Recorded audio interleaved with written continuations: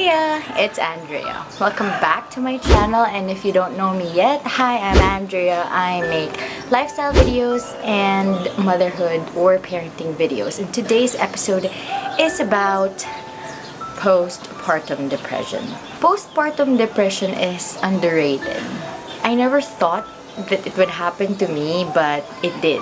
I remember I have this friend who told me to watch his short film, and then he told me, for sure mangyayari din sa'yo to.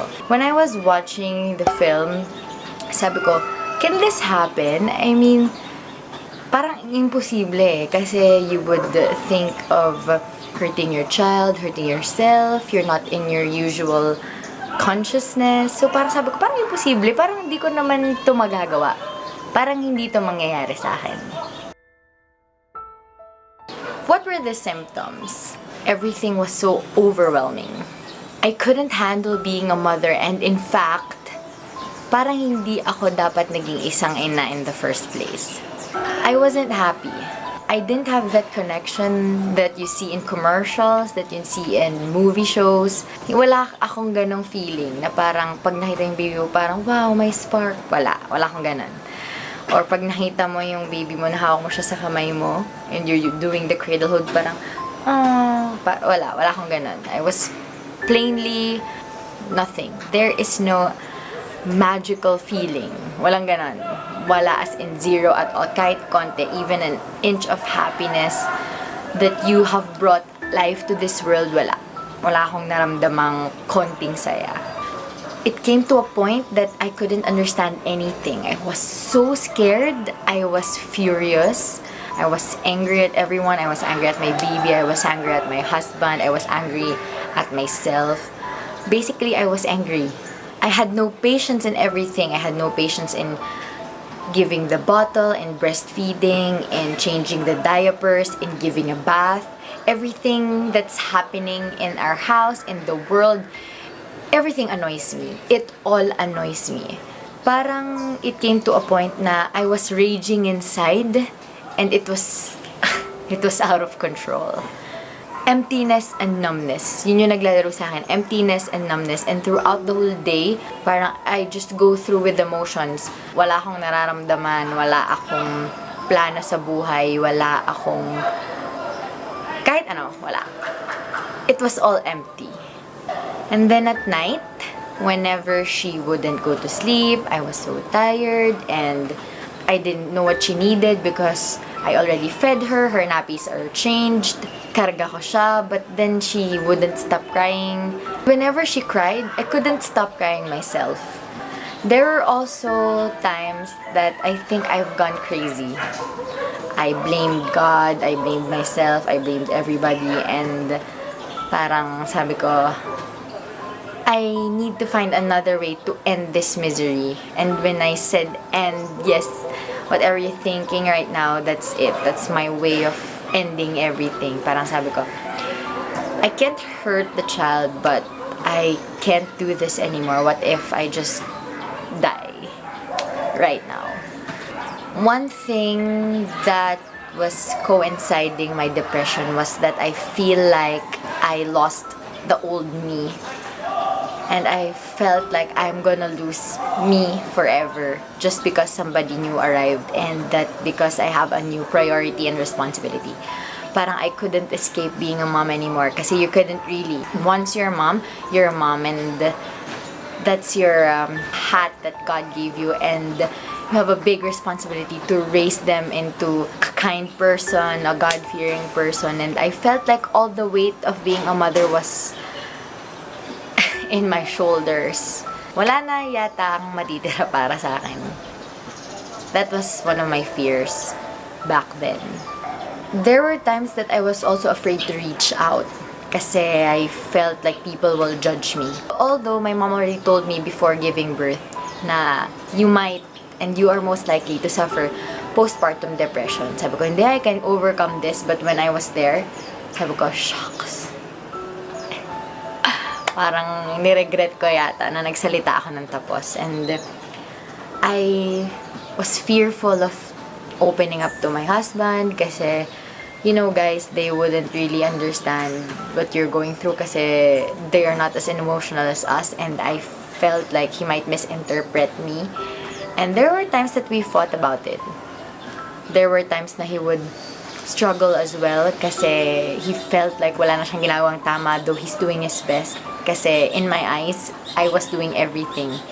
And he was just, there, and you're not even responsibly doing your job as a father, as a husband. Parang, dapat di ko nararamdaman to, do something about it. I want you to do something about it. But everything he does, he can't really please me. I was in that period for a long time. A long, long time. Siguro during the first month up to the, let's say, 5th month is to be safe.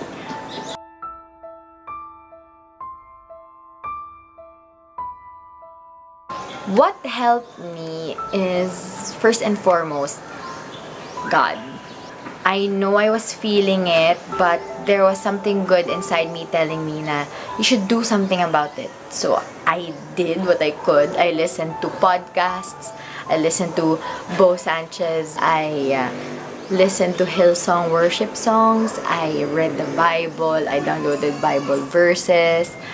I thought positive things. I even watched lots of K-dramas, even though I didn't really like K-dramas. Parang napilitan lang ako kasi sabi ko, I have to survive this episode of my life. So I did watch.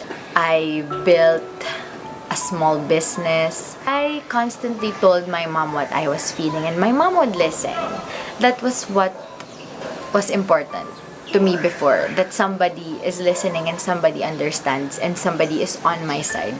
Kasi once you're out of rage and you're really furious, parang sa tingin mo walang kakampi sa'yo kasi bakit ka ba ganyan? But then my mom was constantly telling me, no, you're depressed, I'm here for you, I'm listening to you, I know what you're feeling. She would call me ASAP to check up on me, and that really made a difference.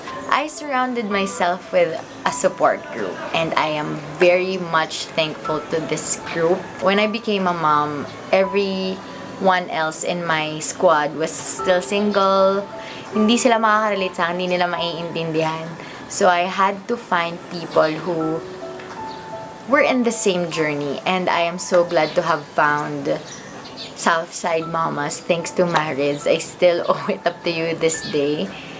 Also, relax.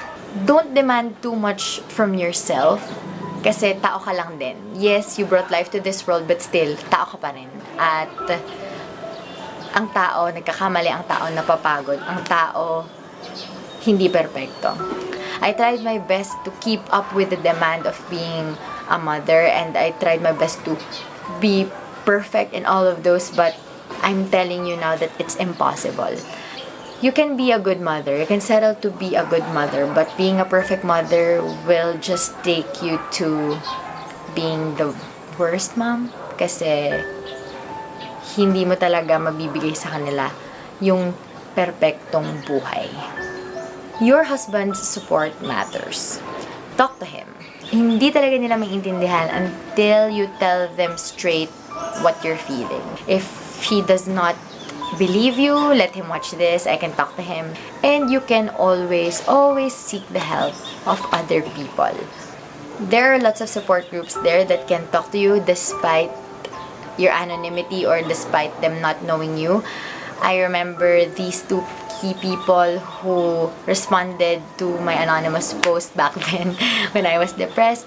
Lee and Sheena, thank you. We don't know each other yet personally, and the only thing we know about each other is that we're mothers, but still you were there to support me during my battle. Thank you. Sobrang salamat talaga. Acceptance is key. Marami kang kailangan i-accept. First and foremost, you have to accept that you're already a mom. Second, you have to accept that somebody is counting on you and somebody is relying on you, and that's your baby. Also, you have to accept that you have to sacrifice a lot for this journey. But it doesn't mean you have to sacrifice everything. It may be a lot of things, but not that much of everything. And you have to accept in your life na you took a big responsibility upon getting married.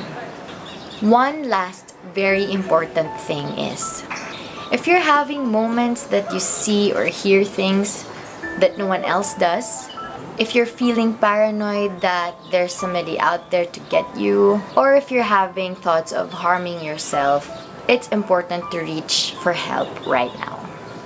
To the mom right now watching me who's going through the same thing I went through, you can do it. I did it, but you can do it too. It's gonna be a long process, but I'm pretty sure you are gonna get out of there. And if you're feeling down, you can message me, you can call me, you can message me via Facebook, or you can even comment on this video. And most importantly, try praying to Him. He might not have an answer to you ASAP, but one prayer counts the most, and that's what's important, that you still remember Him.